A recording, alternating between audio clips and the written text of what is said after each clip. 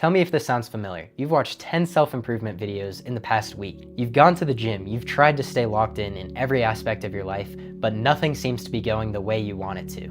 You're not seeing the results that these videos promise you. You feel lost and you don't know what to do. Or maybe you're waiting for the perfect time to start something, but you're afraid to go all in on it. And let me tell you, I was in this exact position. And ultimately, the more videos I watched, the more I learned, the more I consumed, nothing changed. And it took me asking these 10 painful questions that I'm gonna go over in this video to truly see if I was living up to my full potential and see if I was okay with the way I was living. And after working through each of these questions, I was able to design my life in the way that I wanted, to where I am now able to sit here confident with my physique, in the best shape I've ever been in my life, while teaching other men to do the exact same thing. So if you feel stuck, if you feel like you haven't been getting the results that you've been praying for, that you've been trying for so long, then listen up, because these questions could be the answer. Now, if you truly ponder each of these questions, if you journal about each of these after this video and actually apply everything that you learn, your life could look completely different in a year. 1 year ago, I was completely broke, working at a fast food restaurant, in school, focusing on my grades and trying to balance school, work, and sports, and was unhappy. Fast forward to now, I'm able to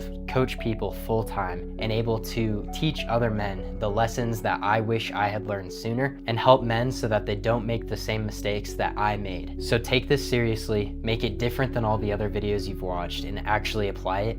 And I guarantee 1 year from now, your life will change. All right, so the first question is, if money or grades were not a factor in your life, what would you spend your time doing? Now, I had to ask myself this as I was in high school, because I was so focused on grades, but I realized that nothing I wanted to do in my life required me to have good grades. To be a fitness coach, to be someone who provides value to other men and help them to grow and change, did not require me to have a 4.0 GPA or go to a well-esteemed college. Now, you have to understand that God puts these desires and these passions into your life for a reason, and if you are using them to glorify Him, then He wants you to achieve those goals and to chase those dreams. So I personally realized that I did not need to have good grades or need to be so focused on school or college or even my job to pursue my passions. And this affected how I lived my life so much, because I was able to ultimately design my life around the habits and around the passions that I would be doing even if money was not a factor in my life. And once I started to implement those things more than what I was working on and what I was prioritizing that wasn't actually going to benefit my future, my life improved so much, because I had clarity and I had purpose and I had direction and had specific goals I needed to work towards. All right, the second question I had to ask myself is, if I had to invest all of my money into something that would make me better, what would it be? And here's what I realized from this. I understood that I had all the information on the internet to become a millionaire, to become a billionaire, to do whatever I wanted, to become the next Mr. Olympia, next Chris Bumstead, whatever it was. But I realized that even though I had all the information, I didn't actually have enough knowledge, enough discipline, and enough guidance to get there on my own. So I had to ask myself, what habits would I invest into that would get me to my dream outcome, that would get me to that next level? And this ultimately led me to buying more books, to focus on self-improvement so much more, to invest into a mentor who poured into my life, who helped me develop my relationship with God, helped me to get into the best shape I've ever been in my life, and to give me clarity with my business on how I can help others. And going off of this, a life lesson that you should know, especially at the stage in your life where you're not where you want to be, is don't invest your money into stocks right now. It is so much more important to be investing into your health and into your passions, because those investments are going to compound to give you your dream life in the future. Especially if you're young, investing into stocks is going to have such a small payout now compared to using that same amount of money to invest into your health and into your passions and into your hobbies to truly get to that next level and achieve your dream physique, your dream lifestyle, whatever it may be. All right, question number 3 is, what would you do if you had 10 times more confidence? This is something I struggled with so much. There were so many things that I wanted to do with myself, but I was afraid to do because I lacked confidence. I was afraid of what other people were going to think of me, and I based my decisions off of what they would think. And I don't have any regrets in my life because everything has learned, but if I could go back and change one thing, it would be to genuinely just stop giving a crap what people think about you, because it slowed down my progress so much. There were so many things I was afraid to do. I was afraid to start posting on Instagram. I was afraid to quit sports and go in on my true passions because I was worried that other people would judge me and make fun of me and bully me for it. And ultimately, my progress was slowed down so much by this line of thinking, and I realized that if they don't support my goals, then they're not people that I want to have into my life 10 to 20 years from now,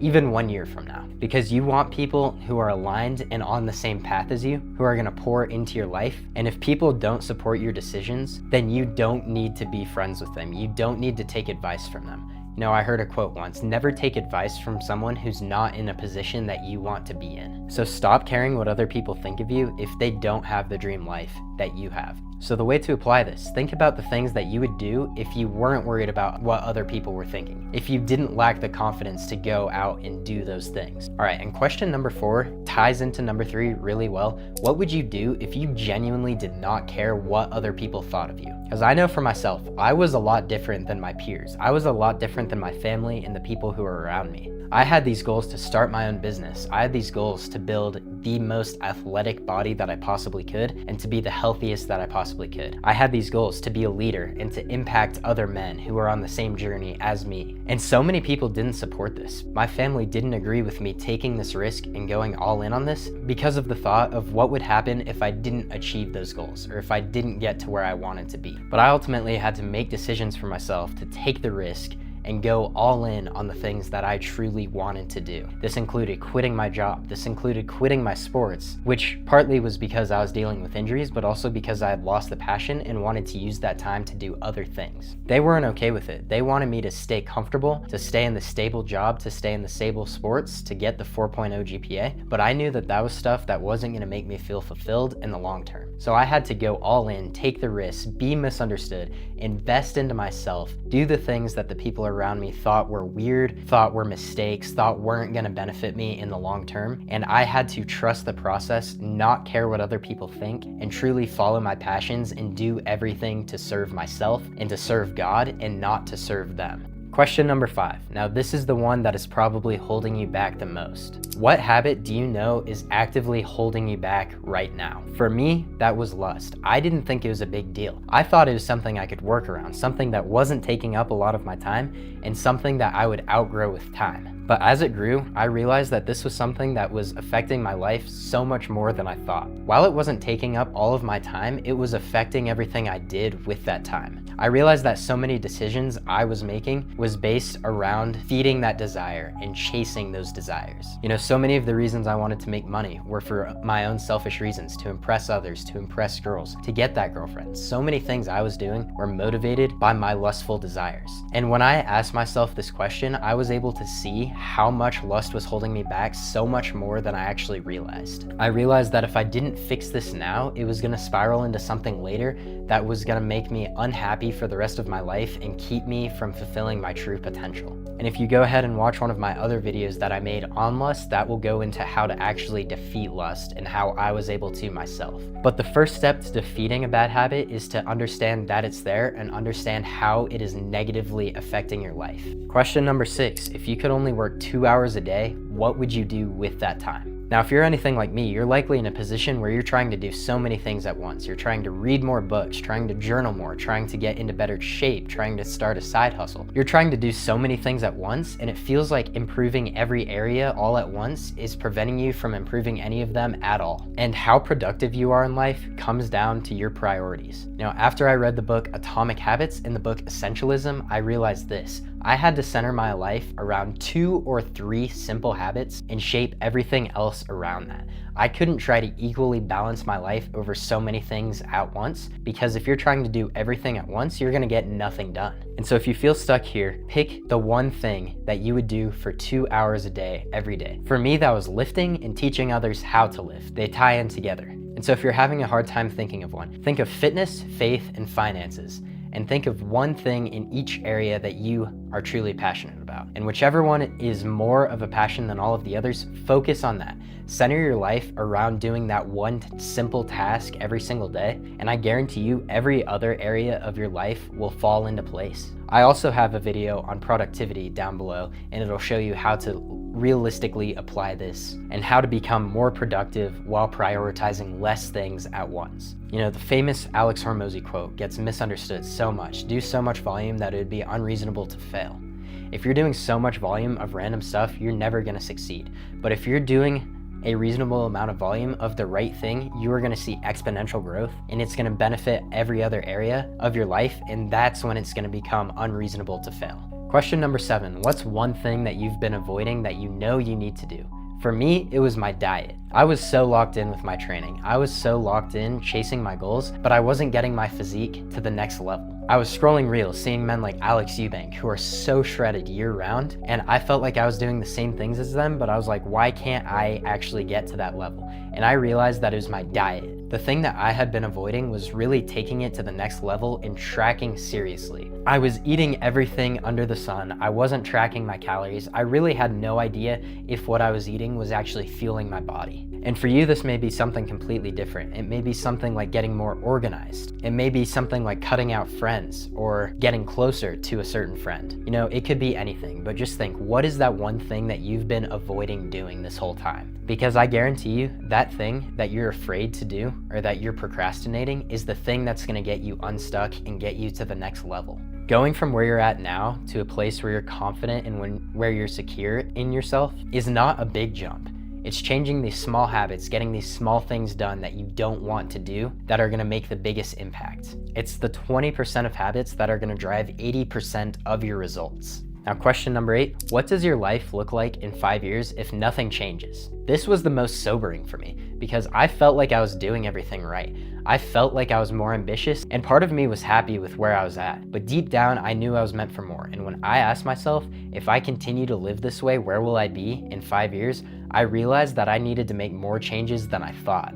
I was consuming mindlessly, and it felt productive. I was watching the videos on how to lose weight, on how to get healthy, on how to start a business, listening to all sorts of self-improvement podcasts. I felt like I was being so productive, but I wasn't actually applying any of it. Now, if someone were to follow you around every day, would they believe that you are actually passionate about achieving your goals? Would they see that your life is aligned with what you say? Because if you stay the same, are you gonna be at that spot in 5 years? You have to seriously ask yourself that, and you have to change your life to where that's a yes, because it's most likely a no if you're watching this video still and you're still unhappy with yourself.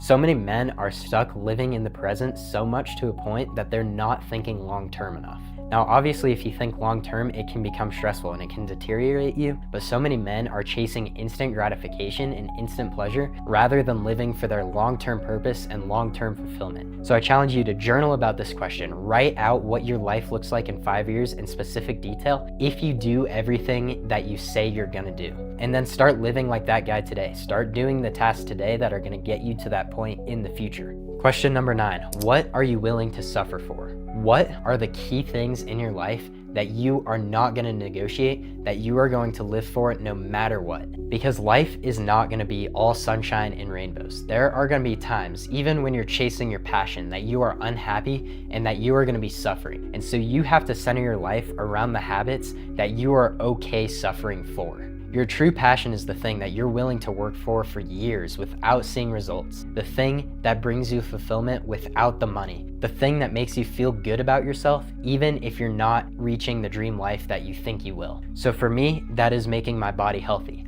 I understand that the more I work on that, the more fulfilled I will feel and the better I will feel. On top of that, it's also teaching other men about how to do that for themselves. I would do that for free if I wasn't getting paid, because it's something that I've struggled with myself and something I truly have a passion for teaching other men. So think about this for yourself. What are you willing to suffer for? What non-negotiable beliefs or pillars are you going to center your life around that you will not change for the world? For me, that's my Christianity and my desire to teach other people about how to honor God with their bodies. For you, this could be something completely different. Journal about it, think about it. This may not be something that comes to you right away, but if you truly ponder this for a long enough period of time, you will get the answers and you will find your fulfillment. It may not come in the time frame you think it will, but if you stay consistent, you will find it. And finally, question number 10. This one is much more serious than the other ones. If you stood before God today, would you be proud of how you stewarded everything that He gave you? And this question is something that so many men overlook and so many people need to ask themselves. This question single-handedly changed my life, and I've seen it change my clients' lives, and I promise you it can change your life as well. Because everything that you've been through, good and bad, has been in your life for a reason. And God has blessed you with so many things, whether you see it or not. The fact that you're even alive was a 1 in 14 trillion chance.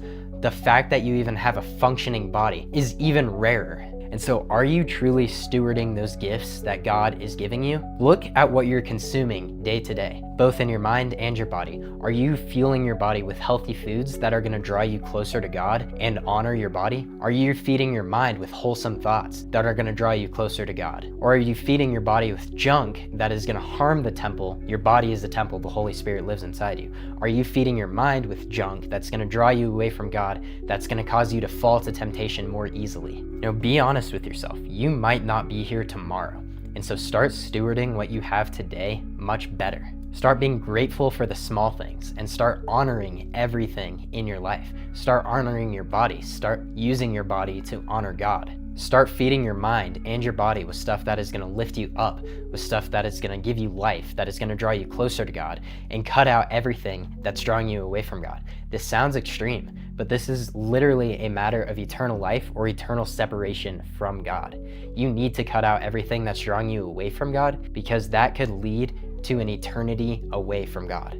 Alright guys, so I hope you got a lot of value from this video. When I asked myself these questions with the help of my mentor, my life completely changed. It wasn't an overnight shift, but as I slowly started to align my life with these questions, I found more purpose, more direction, more clarity, and understood how I should be living my life day to day. And to be honest, I hope this video scared you a little bit, because society tells men that it's okay to be comfortable, that it's okay to be just like everyone else, but I disagree, because there's so many people that have the dreams and goals that you have, but you are no better than them unless you actually take action. So what are those things in your life that you need to change to get to that next level? Guys, give this video a like if it helped you. Be sure to subscribe for more mindset talks, for more health talks, for more master classes on how to master every aspect of your life, both mentally and physically. And if you're ready to take the next steps, then you are someone that I want to help. Go ahead and schedule a call down below. It will be one-on-one with me, and we can talk through everything that we can do to get you from where you're at now to where you truly want to be,